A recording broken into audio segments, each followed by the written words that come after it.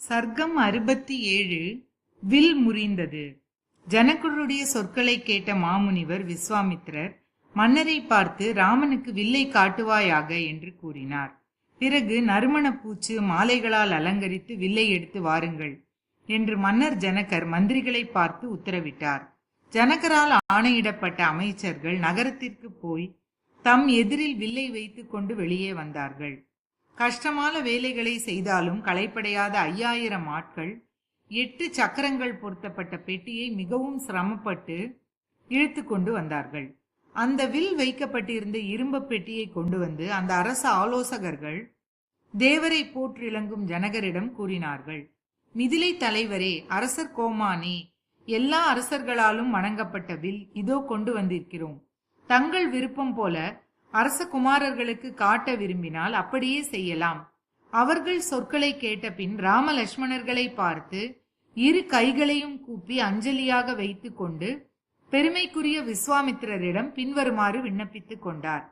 வேத வித்தகரே, ஜனக குல மன்னர்களால் மிகவும் கௌரவமாக பரிமாறிக்கப்பட்டு வரும் வில் இதோ கொண்டு வரப்பட்டிருக்கிறது.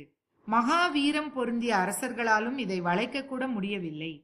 அமரர் கூட்டங்கள், அசுர ராட்சச கந்தர்வ யட்ச கிண்ணற உரகர்கள் ஆகிய எவராலும் இதை தூக்கக்கூட முடியவில்லை.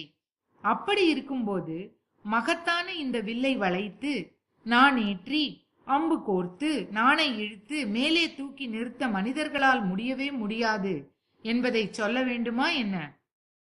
ஆன்மப்பேறு பெற்றவரே, முனிவரே, விற்களில் மிகவும் உன்னதமான கௌரவத்தை பெற்றுள்ள அந்த வில் கொண்டு வரப்பட்டிருக்கிறது.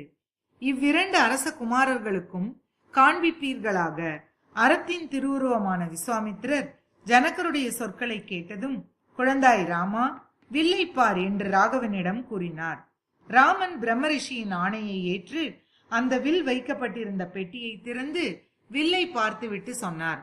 வேதவித்தகரே, இப்போது உத்தமமான இந்த வில்லை கையினால் தொடப்போகிறேன்.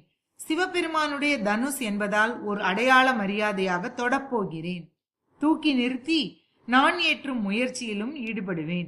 ஜனகரே, ராம லக்ஷ்மணஸ்யோபி, சென்ற சர்க்கத்தில் ராம லக்ஷ்மணர்களுக்கும் என்று அலட்சியமாக சொன்னீர்களே, உமக்கு இந்த வில்லை நான் வளைப்பதில் ஏதேனும் ஆட்சேபம் இருந்தால் இப்போதே சொல்லிவிடும்.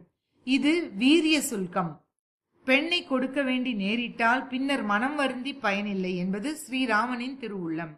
சரி என்று மன்னனும் மகரிஷியும் ஒரே குரலில் அவருக்கு அனுமதி அளித்தார்கள். முனிவருடைய ஆசீர்வாதத்துடன் அவர் வில்லின் இடைப்பகுதியை விளையாட்டாக பற்றினார். பல்லாயிரக்கணக்கான மக்கள் பார்த்து கொண்டிருக்கும் போதே அறத்தின் நாயகன் ராமன் அந்த வில்லை வெகு சுலபமாக தூக்கி நிறுத்தினார். மகாவீரரான பெரும் புகழ் கொண்ட அவர் வில்லை தூக்கி நிறுத்தி வில்லின் நடுப்பகுதியில் நாணேற்றினார். உடனே அது முறிந்தது. அப்போது இடிமுழக்கம் போன்ற ஓசை எழுந்தது. பூமி பயங்கரமாக ஆடிற்று. மலை சிகரங்கள் பிளந்து சிதறின. செவியை பிளக்கும் ஓசையினால் கதிகலங்கி போன எல்லா மனிதர்களும் கீழே விழுந்தார்கள். விஸ்வாமித்திர முனிவர், மன்னர் ஜனகர், இரு ராகவர்களை தவிர.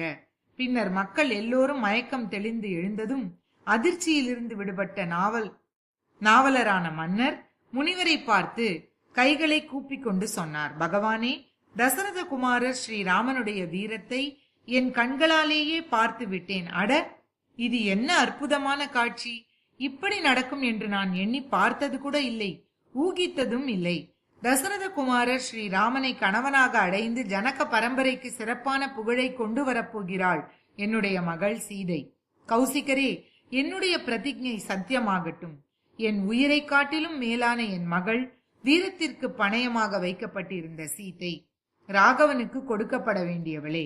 வேதங்களின் கருவூலமே, தங்கள் அனுமதியின் பேரில் என்னுடைய அமைச்சர்கள் ரதங்களில் ஏறி அயோத்திக்கு வெகு வேகமாக செல்லட்டும்.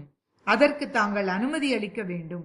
அரசரிடம் பணிவான வார்த்தைகளால் வீர சுல்கமாக வைக்கப்பட்டிருந்தவள் வெற்றி வீரருக்கு கொடுக்கப்பட வேண்டும் என்று எல்லா விஷயங்களையும் கூறி அவரை என் பட்டணத்திற்கு அழைத்து கொண்டு வர வேண்டும். அந்த மன்னரிடம் காக்குத்தர்கள் இருவரும் முனிவரின் பாதுகாப்பில் இருக்கிறார்கள் என்பதை கூறி அவரை உள்ளம் குளிரச் செய்து வெகு வேகமாக செல்லக்கூடியவர்களான தூதர்கள் மன்னரை அழைத்து வர வேண்டும். கௌசிகரும் அப்படியே ஆகட்டும் என்றார்.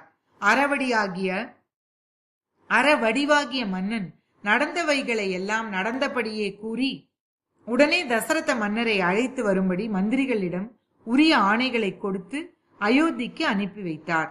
ஸ்ரீமத் வால்மீகி ராமாயணம் பாலகாண்டத்தில் 67வது சர்க்கம் முற்றிற்று.